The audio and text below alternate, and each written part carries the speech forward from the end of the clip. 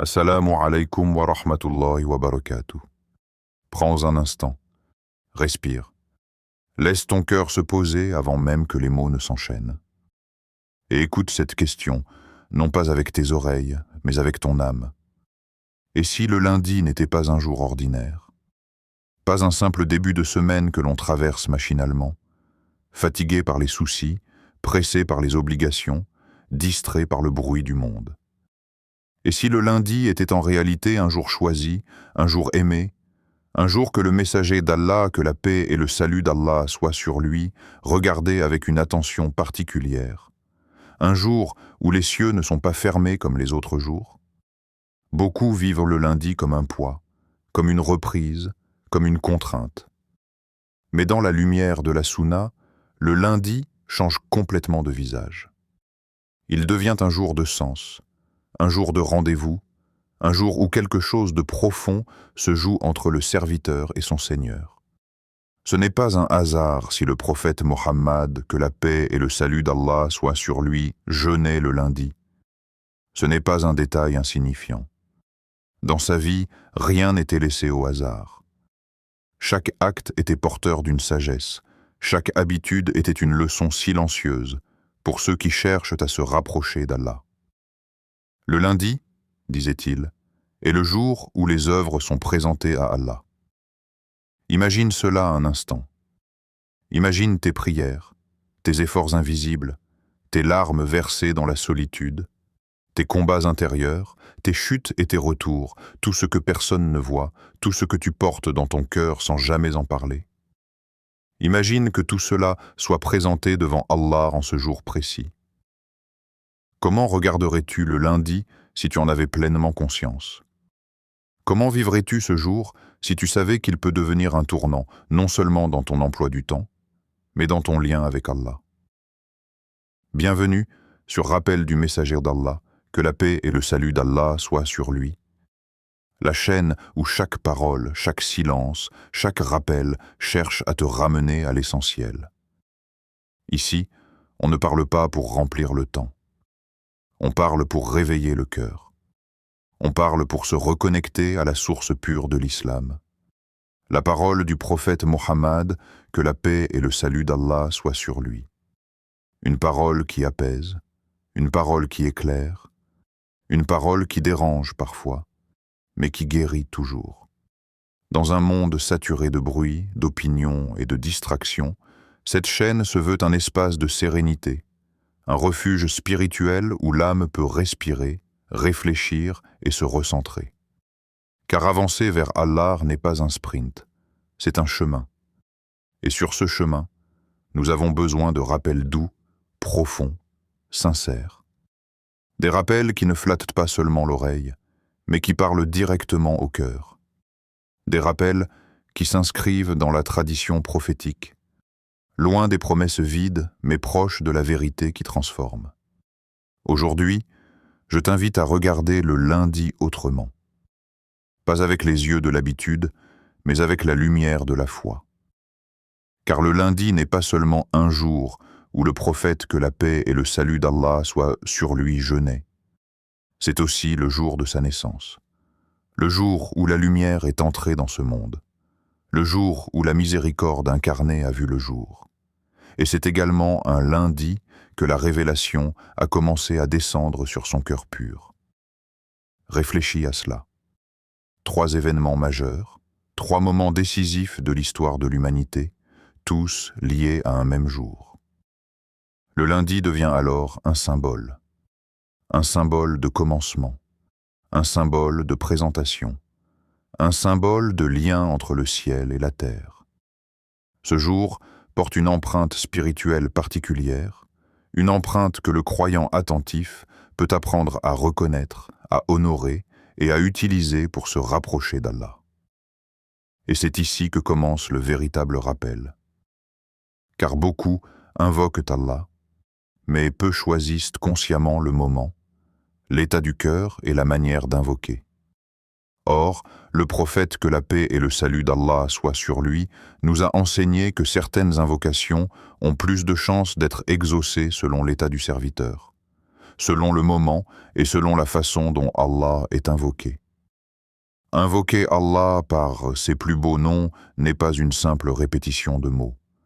C'est une reconnaissance. C'est un acte de foi. C'est une déclaration intérieure qui dit « Ô Allah, je te connais à travers ce que tu as révélé de toi-même ». Et le lundi, lorsqu'il est vécu avec conscience, devient un terrain fertile pour cette invocation sincère. Un jour où l'âme est invitée à ralentir, à se poser, à se prosterner, à parler à Allah avec vérité. Aujourd'hui, je t'invite à découvrir pourquoi le lundi peut devenir un véritable tournant spirituel dans ta vie. Pas par magie, pas par superstition, mais par compréhension, par intention et par retour sincère vers Allah. Je t'invite à découvrir comment invoquer Allah ce jour-là en t'appuyant sur 4 de ses noms sublimes. 4 noms qui ne sont pas choisis au hasard. 4 noms enseignés par la Sunna, porteurs d'un immense espoir, capables de toucher toutes les situations. La détresse, l'attente, la confusion, la peur, le péché, le besoin, le silence. Ces noms ne sont pas de simples appellations. Ils sont des portes. Des portes que beaucoup ignorent, mais qui s'ouvrent à ceux qui frappent avec sincérité. Et peut-être qu'au fond de toi, il y a une porte qui attend depuis longtemps d'être ouverte. Peut-être que ton cœur porte une invocation que tu n'oses plus formuler à voix haute. Peut-être que tu as invoqué, encore et encore, sans voir de réponse apparente. Et peut-être que tu as commencé à te demander, en silence, si Allah t'entend vraiment. Ce rappel n'est pas là pour te promettre une réponse immédiate selon tes attentes. Il est là pour te rappeler une vérité plus profonde. Allah est proche, plus proche que tu ne l'imagines. Et le lundi, lorsqu'il est vécu dans la conscience, la prosternation et l'invocation par ses noms, peut devenir un jour où ton cœur se réaligne avec cette vérité. Un jour où tu cesses de courir après les réponses et où tu apprends à te tenir, humblement, devant celui qui sait. Un jour où l'invocation cesse d'être une habitude et devient un dialogue. Un jour où tu ne demandes pas seulement à Allah de changer ta situation, mais où tu lui permets de transformer ton cœur. Et c'est souvent là que commence le véritable changement. Le lundi, dans la vie du croyant, n'est pas simplement une case sur le calendrier. Ce n'est pas seulement le jour où l'on reprend le travail, où l'on recommence les efforts, où l'on se replonge dans les responsabilités du monde. Dans la lumière de la Sunna, le lundi prend une profondeur qui dépasse largement l'organisation humaine du temps. Le prophète, que la paix et le salut d'Allah soient sur lui, ne traitait pas les jours de manière identique. Il y avait dans sa vie des choix, des habitudes, des préférences qui étaient guidées par la révélation et par une sagesse que parfois nous ne percevons qu'en surface. Lorsqu'il jeûnait le lundi, ce n'était pas un simple acte ascétique. Ce n'était pas une routine vide. C'était un enseignement vivant. Il montrait à sa communauté que ce jour portait un poids spirituel particulier, une signification qui dépasse ce que l'œil voit. Le lundi est le jour où les œuvres des serviteurs sont présentées à Allah. Cette seule réalité devrait suffire à changer notre regard. Présenter. Ce mot est lourd de sens.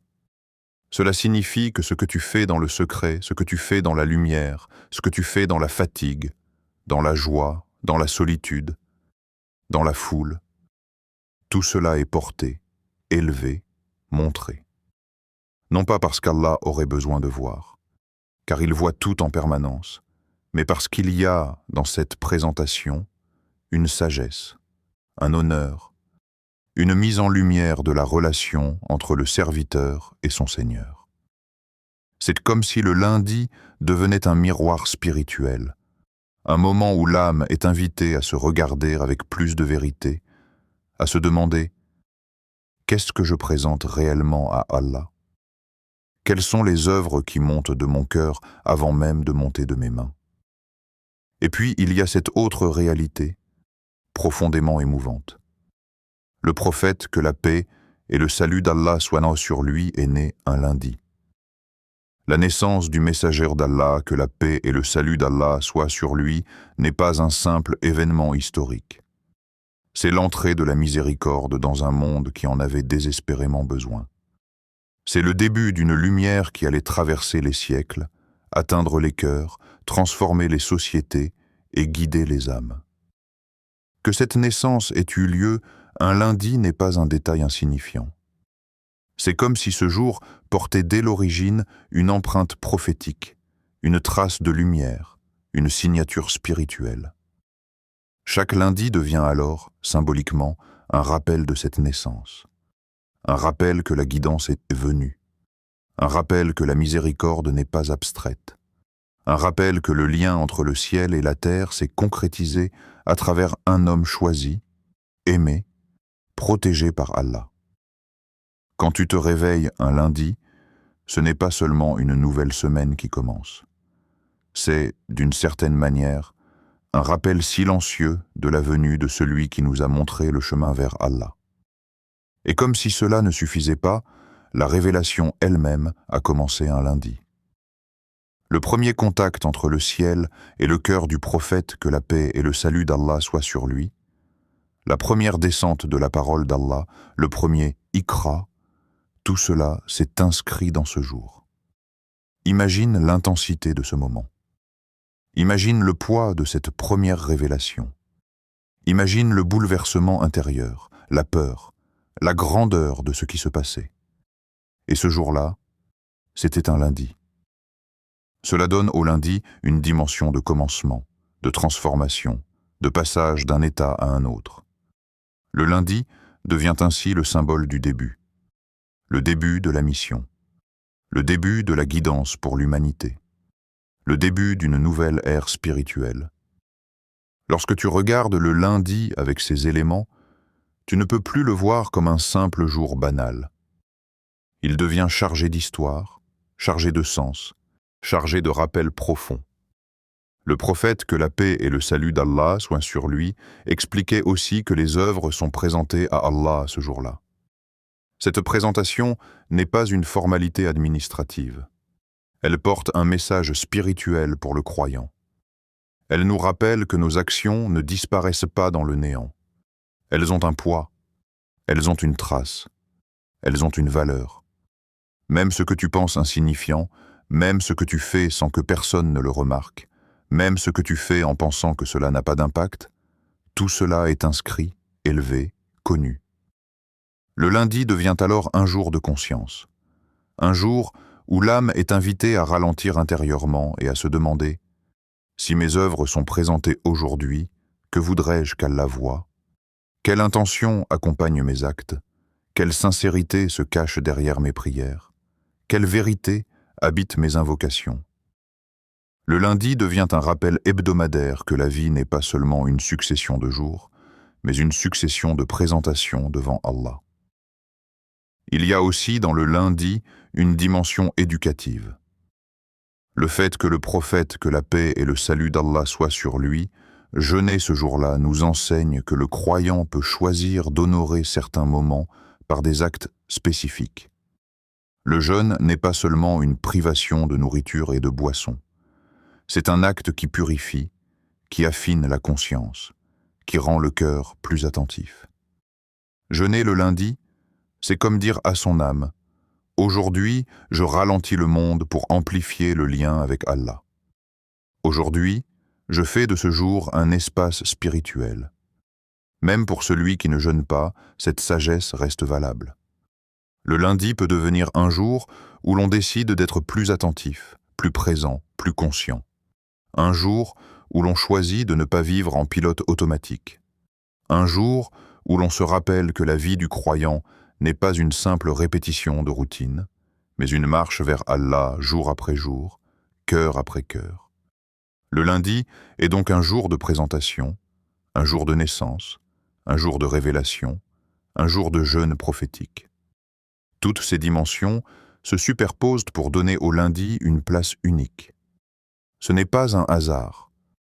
Dans l'islam, rien d'important n'est laissé au hasard. Quand plusieurs événements majeurs se concentrent autour d'un même jour, c'est un signe pour ceux qui réfléchissent. C'est une invitation pour ceux qui veulent approfondir leur relation avec Allah. Le lundi devient alors une opportunité de revenir, une opportunité de se réajuster, une opportunité de déposer ses fautes avec plus de sincérité, une opportunité de renouveler son intention, une opportunité de transformer un jour ordinaire en un jour chargé de sens. Pour beaucoup, le lundi est associé au stress, à la fatigue, à la pression.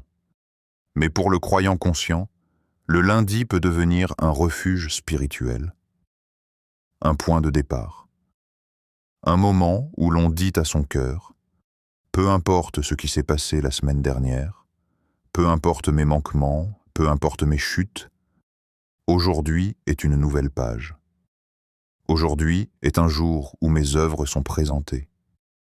Aujourd'hui est un jour où je peux me présenter à Allah avec plus de vérité. » Le lundi devient alors un espace de renouveau, un espace où l'on ne se définit pas par ses erreurs passées, mais par son intention présente. Un espace où l'on ne se laisse pas écraser par le poids des jours, mais où l'on utilise le temps comme un moyen de se rapprocher d'Allah. Ce rappel change aussi notre manière de voir le temps. Le temps, en islam, n'est pas neutre. Certains moments sont bénis. Certains jours ont une valeur particulière. Certains instants portent une porte ouverte vers la miséricorde. Le lundi est l'un de ces moments. Le comprendre, c'est commencer à vivre avec plus de conscience. C'est arrêter de subir le calendrier et commencer à l'habiter spirituellement. C'est transformer un simple lundi en un rendez-vous intérieur. Un rendez-vous avec ta foi. Un rendez-vous avec ton repentir. Un rendez-vous avec tes invocations. Un rendez-vous avec ton cœur. Le lundi devient alors un rappel silencieux, mais puissant. Ta vie spirituelle ne se joue pas seulement dans les grands événements, elle se joue aussi dans la manière dont tu honores les jours ordinaires avec une intention extraordinaire. Il existe dans la vie du croyant un instant si discret, si silencieux, qu'il passe souvent inaperçu aux yeux du monde, et pourtant, c'est à ce moment précis que se joue l'un des secrets les plus profonds de la relation entre le serviteur et son Seigneur. Le prophète, que la paix et le salut d'Allah soient sur lui, l'a résumé en une phrase courte, mais d'une puissance vertigineuse. Le serviteur est le plus proche de son Seigneur lorsqu'il est en prosternation. Cette parole n'est pas symbolique. Elle n'est pas poétique. Elle est réelle. Elle décrit un état spirituel que seuls ceux qui ont goûté à la profondeur du soujoud peuvent comprendre. La prosternation n'est pas simplement le fait de poser son front sur le sol.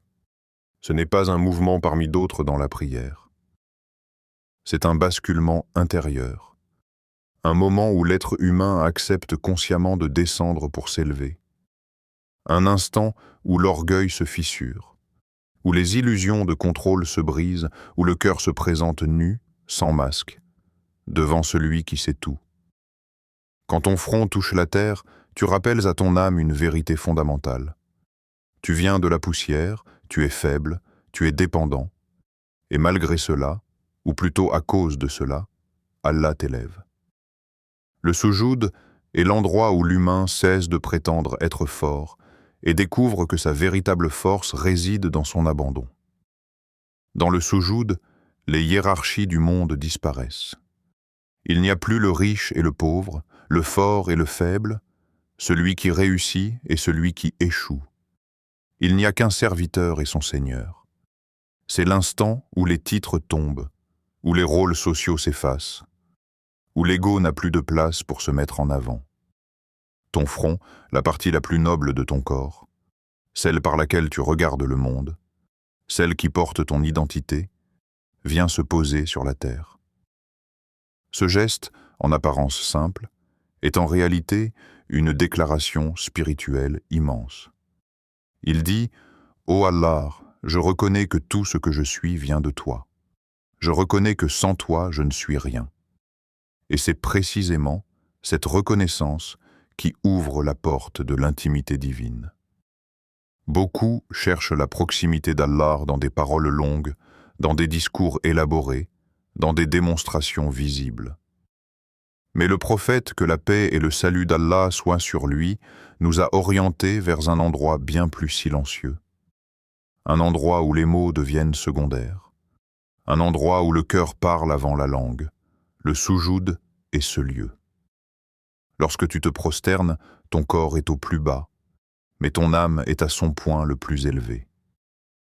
C'est un paradoxe divin. Plus tu descends physiquement, plus tu montes spirituellement. Plus tu t'humilies, plus tu te rapproches. Et ce rapprochement n'est pas abstrait. Il se ressent, il se vit, il se goûte. Ceux qui ont déjà prolongé un soujoud sincère savent de quoi il s'agit. Il y a un moment où le temps semble se dilater, où les pensées du monde s'estompent, où les soucis perdent leur poids, où les larmes montent sans que tu les appelles. Ce n'est pas de la tristesse, c'est une reconnaissance intérieure, une forme de retour. Comme si l'âme, fatiguée de porter seule ses fardeaux, trouvait enfin un endroit sûr pour les déposer. Le soujoud devient alors un refuge, un abri spirituel, un lieu où tu n'as plus besoin de faire semblant d'aller bien, un lieu où tu peux être vrai, fragile, brisé parfois, mais toujours entendu. Le prophète, que la paix et le salut d'Allah soient sur lui, prolongeait ses prosternations. Ses compagnons rapportaient qu'il restait si longtemps en soujoud qu'il pensait que parfois qu'il lui était arrivé quelque chose. Pourquoi ? Parce que le soujoud n'était pas pour lui un simple passage obligé dans la prière. C'était un espace d'intimité, un moment où il s'adressait à Allah avec une profondeur que peu peuvent atteindre. Et pourtant, ce même soujoud est accessible à chacun d'entre nous. Il ne demande ni éloquence, ni statut, ni connaissance particulière. Il demande une chose, la sincérité, la capacité à reconnaître sa faiblesse sans honte, la capacité à se présenter devant Allah sans négociation, sans justification, sans excuses préparées. Le soujoud t'apprend quelque chose que le monde ne t'enseigne jamais. Tu n'as pas besoin d'être fort pour être proche d'Allah. Tu as besoin d'être vrai. Dans la prosternation, l'orgueil est mis à l'épreuve. L'orgueil subtil, celui qui se cache derrière les bonnes actions, derrière les réussites, derrière les apparences. Cet orgueil qui murmure à l'oreille. Tu gères, tu contrôles, tu t'en sors par toi-même. Le soujoud vient briser ce mensonge intérieur. Il te rappelle que chaque respiration est un don, que chaque battement de cœur est une permission, que chaque pas que tu fais dans la vie n'est possible que parce qu'Allah l'a voulu. Reconnaître cela ne t'écrase pas. Au contraire, cela te libère. Car lorsque tu comprends que tu n'es pas le centre de tout, le poids de la perfection tombe. Tu n'as plus besoin de tout porter seul. Tu peux confier, tu peux demander, tu peux pleurer sans crainte. Et Allah aime les cœurs qui se tournent vers lui dans leur vérité la plus brute. Le soujoud est aussi l'endroit où les invocations prennent une autre dimension. Le prophète, que la paix et le salut d'Allah soient sur lui, nous a encouragés à multiplier les invocations dans la prosternation. Pourquoi ? Parce que le cœur y est plus ouvert, plus humble, plus réceptif. Ce n'est pas un hasard si tant de croyants témoignent que leurs invocations les plus sincères sont nées dans un soujoud prolongé. Ce n'est pas toujours là que les problèmes disparaissent instantanément, mais c'est souvent là que quelque chose change à l'intérieur. Une paix qui s'installe, une certitude qui naît, une confiance qui revient doucement. Le soujoud devient alors un dialogue silencieux.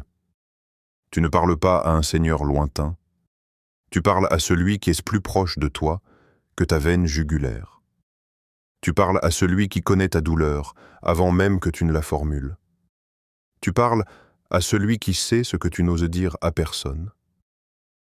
Quand ton front touche la terre, ton cœur est invité à s'élever. Pas à s'évader du réel, mais à le regarder autrement. à comprendre que les épreuves ne définissent pas ta valeur, que les retards ne sont pas des rejets, que les silences ne sont pas des absences. Dans le soujoud, tu apprends à lire ta vie avec un autre regard, un regard nourri par la foi, un regard qui sait que tout ce qui t'atteint a un sens, même si ce sens t'échappe encore. Et plus tu reviens à ce moment, plus ton cœur s'y habitue, plus il reconnaît cette proximité, plus il comprend que la véritable élévation ne se trouve pas dans ce que tu montres aux gens, mais dans ce que tu déposes devant Allah lorsque personne ne te voit. Le soujoud devient alors bien plus qu'un pilier de la prière. Il devient une école de l'humilité, une école de la confiance, une école de l'abandon. Chaque fois que tu te prosternes, tu répètes avec ton corps une vérité que ton âme a besoin d'entendre encore et encore. « Ô Allah, je suis ton serviteur. » Et dans cette servitude assumée, il y a une liberté que le monde ne pourra jamais offrir. Une liberté intérieure, une légèreté, une proximité qui ne dépend ni des circonstances ni des résultats visibles. Le soujoud est le moment où tu es le plus proche d'Allah, non pas parce que tu as tout compris, mais précisément parce que tu acceptes de ne pas tout contrôler. Et dans cette acceptation, quelque chose s'ouvre, quelque chose de profond, quelque chose de vivant, quelque chose qui continue de résonner bien après que ton front se soit relevé de la terre. Imagine un instant que la spiritualité ne soit pas une accumulation d'actes isolés, mais une harmonie, une cohérence intérieure où le temps, le geste et l'intention se répondent. Trop souvent, le croyant agit par fragments. Il prie sans être pleinement présent. Il invoque sans choisir le moment. Il prononce les noms d'Allah sans réellement s'y arrêter. Or, la sunna du messager d'Allah, que la paix et le salut d'Allah soient sur lui, nous enseigne autre chose. Elle nous enseigne l'art de l'alignement. L'alignement du cœur avec l'instant. L'alignement du corps avec l'intention. L'alignement de la parole avec la connaissance d'Allah. C'est précisément là que se situe la puissance de ce que nous évoquons aujourd'hui. L'union de trois clés spirituelles. Le lundi, le soujoud et les noms d'Allah. Pris séparément, chacun de ces éléments porte déjà une immense valeur. Mais lorsqu'ils sont réunis avec conscience, ils forment une architecture spirituelle solide, un espace intérieur où l'invocation cesse d'être une simple demande pour devenir une rencontre. Ce n'est pas une formule magique, car l'islam ne fonctionne pas par incantation automatique. C'est un alignement spirituel, un état dans lequel le serviteur se place volontairement pour se rapprocher d'Allah avec lucidité et humilité. Le lundi, d'abord, n'est pas choisi au hasard. Nous l'avons vu, c'est un jour où les œuvres sont présentées à Allah. Un jour marqué par la naissance du prophète, que la paix et le salut d'Allah soient sur lui et par le début de la révélation. Le lundi porte une mémoire spirituelle. Il est chargé d'un sens qui dépasse le simple écoulement du temps. Choisir le lundi pour invoquer Allah avec plus de conscience, c'est entrer dans ce rythme prophétique. C'est accepter que le temps lui-même peut devenir un allié spirituel. Dans un monde où l'on subit souvent le calendrier, l'islam nous apprend à l'habiter. Le lundi devient alors un point d'ancrage, un jour où l'on sait que quelque chose de particulier se joue, même si rien n'est visible à l'extérieur. Ce choix du moment n'est pas une superstition, c'est une sagesse. Le messager, que la paix et le salut d'Allah soient sur lui, choisissait ces moments. Il savait que le cœur humain n'est pas toujours dans le même état, que certains instants sont plus propices à la présence, à la sincérité, à l'écoute intérieure. Le lundi est l'un de ces instants. Puis vient le soujoud, le geste, le mouvement du corps qui traduit ce que le cœur peine parfois à formuler. Le soujoud est l'acte qui donne une direction claire à l'âme. Il la détourne de l'illusion de la verticalité humaine, celle où l'on se tient droit, fier, autonome, pour l'amener vers la verticalité spirituelle, celle où l'on s'abaisse devant Allah pour s'élever auprès de lui. Le soujoud n'est pas qu'un moment de la prière, c'est une posture intérieure. Quand tu choisis de t'incliner, quand tu choisis de poser ton front sur la terre, tu choisis symboliquement de laisser tomber le contrôle. Tu dis à Allah sans parole, « Je ne maîtrise pas tout, mais je me confie à toi. » Et c'est précisément dans cet abandon que la proximité se crée. L'islam n'enseigne pas une spiritualité détachée du corps. Au contraire, il relie le corps et l'âme. Le soujoud est l'endroit où cette union est la plus évidente. Le corps se fait humble pour que le cœur puisse devenir sincère. Sans ce geste, l'invocation reste parfois suspendue dans l'abstrait. Avec ce geste, elle s'enracine. La troisième clé est peut-être la plus subtile, les noms d'Allah. Invoquer Allah sans le connaître, c'est comme appeler sans savoir à qui l'on parle réellement. Les noms d'Allah ne sont pas de simples titres. Ils sont des fenêtres ouvertes sur sa réalité. Chaque nom révèle un aspect de sa perfection, de sa miséricorde, de sa sagesse. Le messager que la paix et le salut d'Allah soient sur lui nous a enseigné d'invoquer Allah par ses plus beaux noms, non pas pour réciter une liste, mais pour aligner notre demande avec ce que nous savons de lui. Lorsque tu invoques Allah par ses noms, tu reconnais consciemment qui il est. Tu n'appelles pas un Seigneur vague et lointain, tu appelles celui qui répond, celui qui sait, celui qui est doux, celui qui est sage. Cette connaissance transforme l'invocation. Elle lui donne une profondeur. Elle l'empêche de devenir une simple plainte ou une revendication. Elle la transforme en acte de foi. Car invoquer par les noms d'Allah, c'est dire « Je te demande parce que je sais qui tu es ». Lorsque ces trois éléments se rencontrent, le lundi comme moment choisi, le soujoud comme posture de proximité, et les noms d'Allah comme langage de l'invocation, quelque chose change. L'invocation n'est plus dispersée. Elle n'est plus lancée dans le vide. Elle est ancrée dans un contexte, portée par un état, formulée avec conscience. Le messager que la paix et le salut d'Allah soient sur lui nous a appris que l'invocation est plus forte quand le cœur est présent. La présence du cœur ne se décrète pas. Elle se prépare. Choisir le lundi, c'est préparer le temps. Se placer en soujoud, c'est préparer le corps. Invoquer par les noms d'Allah, c'est préparer l'esprit et la foi. Tout converge, tout s'aligne. Et dans cet alignement, l'invocation trouve une autre densité. Ce n'est pas qu'Allah serait plus proche certains jours que d'autres, Allah est toujours proche. Mais c'est le serviteur qui devient plus réceptif, plus conscient, plus vrai. Il y a dans cet alignement une pédagogie prophétique profonde. Le prophète, que la paix et le salut d'Allah soient sur lui, ne nous a jamais enseigné une spiritualité chaotique. Il nous a appris l'ordre intérieur. Il nous a montré que la foi se vit dans des cadres qui protègent le cœur de la dispersion. Trop souvent, le croyant invoque dans l'agitation, dans la colère, dans l'impatience. Il invoque tout en regardant ailleurs. Il invoque avec la langue pendant que le cœur est absent. L'union de ces trois clés vient réparer cette fracture intérieure. Elle ramène l'unité. Le lundi rassemble le temps. Le soujoud rassemble le corps. Les noms d'Allah rassemblent la foi.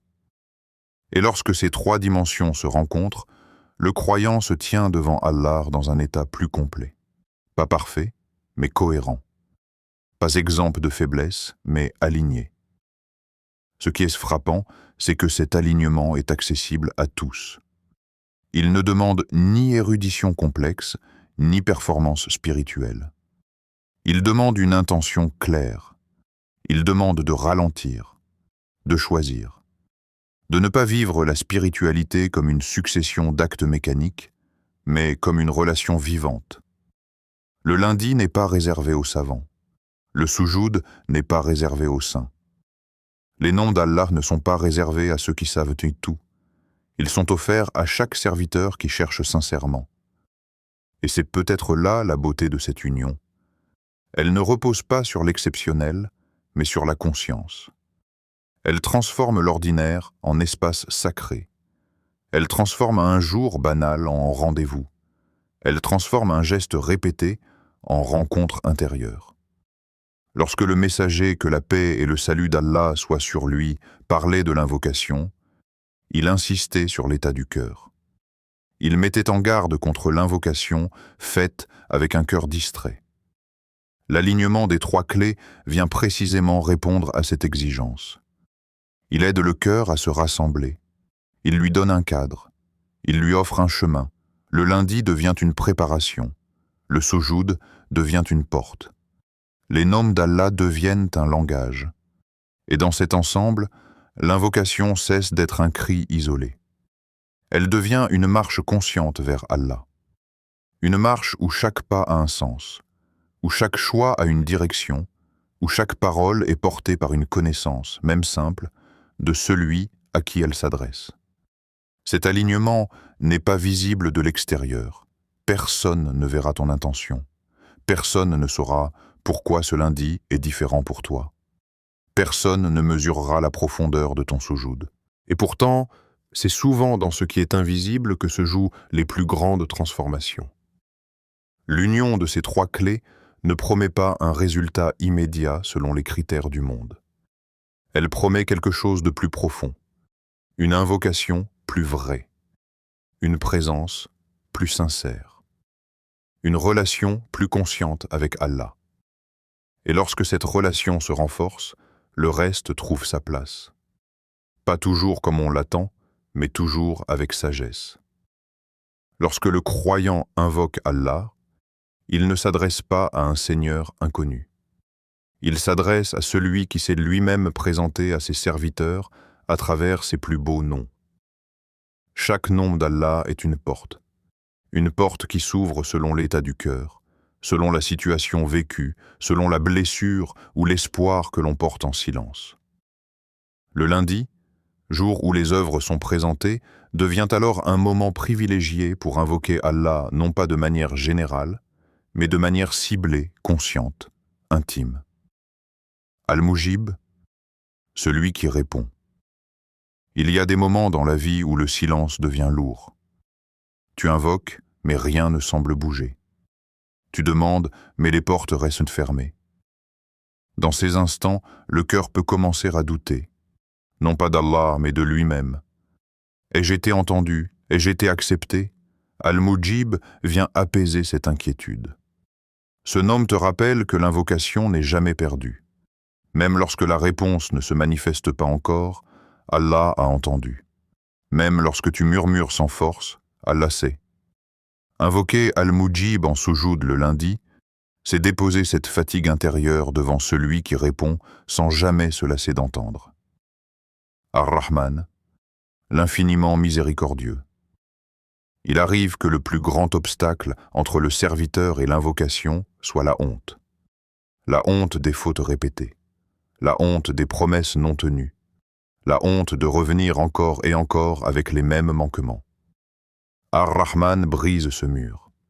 Ce nom rappelle que la miséricorde d'Allah ne dépend pas de ta perfection, mais de ton retour sincère.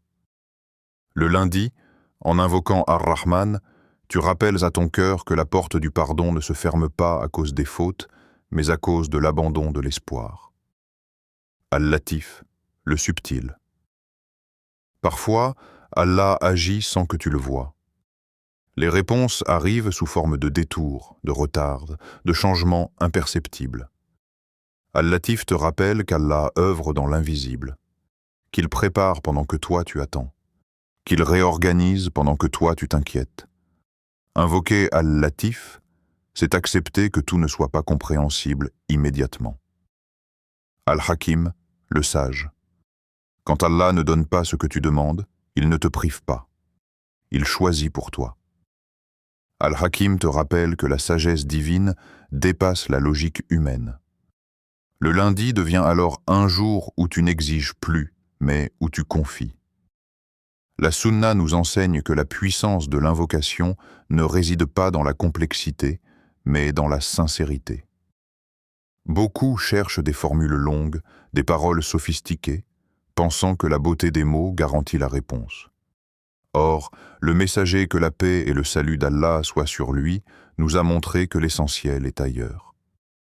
L'invocation la plus lourde de sens était souvent la plus simple, celle qui sort d'un cœur présent. Tout commence par les ablutions, pas comme un geste mécanique, mais comme une préparation intérieure. Chaque goutte d'eau qui coule est une invitation à laisser derrière soi la dispersion, les tensions, le bruit du monde. Faire ces ablutions avec calme, c'est dire à son âme « Je me prépare à rencontrer Allah ». Puis vient la prière. Elle n'est pas une introduction rapide à l'invocation, mais un recentrage. La prière rassemble le cœur, aligne le corps, apaise l'esprit. Elle prépare le terrain intérieur, et lorsque le moment du soujoud arrive, quelque chose change. Le rythme ralentit. Le monde extérieur disparaît. Prolonger le soujoud est un choix de ne pas se presser, de ne pas fuir le silence, de rester là, même lorsque les pensées affluent. Puis, invoquer Allah par ses noms, lentement, sans précipitation. Chaque nom prononcé devient une respiration du cœur. Il n'est pas nécessaire de multiplier. Un seul nom, prononcé avec vérité, peut transformer un instant ordinaire en moment décisif. Enfin, parler à Allah avec ses propres mots, sans mise en scène, sans chercher à impressionner. Allah n'attend pas ton éloquence, il attend ton honnêteté. Lui dire ce que tu n'oses dire à personne, lui confier ce que tu portes depuis longtemps. L'invocation devient alors un dialogue, non une récitation. L'un des plus grands malentendus dans l'invocation est d'imaginer que la réponse d'Allah doit forcément correspondre à notre attente immédiate. Le messager que la paix et le salut d'Allah soient sur lui nous a pourtant enseigné une vérité fondamentale. Allah ne déçoit jamais le serviteur sincère. Mais il répond selon sa sagesse, non selon notre impatience. Parfois, la réponse est immédiate. Une porte s'ouvre, un problème se résout, une situation se débloque. Ces moments renforcent la foi, mais ils ne sont pas la seule forme de réponse. Parfois, la réponse est différée, non par oubli, mais par préparation. Allah sait que ce que tu demandes aura plus de sens plus tard. Parfois encore, la réponse est transformée. Tu demandes une chose, Allah t'en donne une autre, meilleure pour ton cœur, même si tu ne le réalises pas encore. Et parfois, la réponse est réservée pour l'au-delà. Une invocation devient une lumière, une récompense, une élévation éternelle. Dans tous les cas, Allah répond. Mais souvent, avant de changer la situation, il commence par changer le cœur. Il apaise, il renforce, il éclaire. Ce changement intérieur est déjà une réponse immense, même si le monde extérieur reste inchangé pour un temps. Le lundi peut rester un jour banal ou devenir un rendez-vous. La différence ne tient pas aux circonstances, mais à l'intention. Transformer ton lundi, ce n'est pas ajouter une charge de plus à ta semaine, c'est lui donner un sens. Faire du lundi un jour de retour, un jour où l'on se rappelle pourquoi on avance, pourquoi on lutte, pourquoi on espère. Un jour de soujoud prolongé. Un jour où l'on ralentit volontairement pour laisser le cœur respirer. Un jour où l'invocation n'est pas une urgence, mais une présence. Même si ta situation ne change pas immédiatement, quelque chose change en toi. Et ce changement-là ne disparaît pas. Celui qui se rapproche d'Allah ne perd jamais, même lorsque les réponses tardent. Si tu crois que le lundi peut devenir un tournant spirituel, écris en commentaire « Ce lundi, je me prosternerai devant Allah ». Partage ce rappel à quelqu'un qui en a besoin. Et rejoins notre communauté sur rappel du messager d'Allah, que la paix et le salut d'Allah soient sur lui. pour marcher ensemble sur les traces bénies du prophète, que la paix et le salut d'Allah soient sur lui. Qu'Allah accepte nos invocations, purifie nos cœurs et nous rapproche de lui. Amin.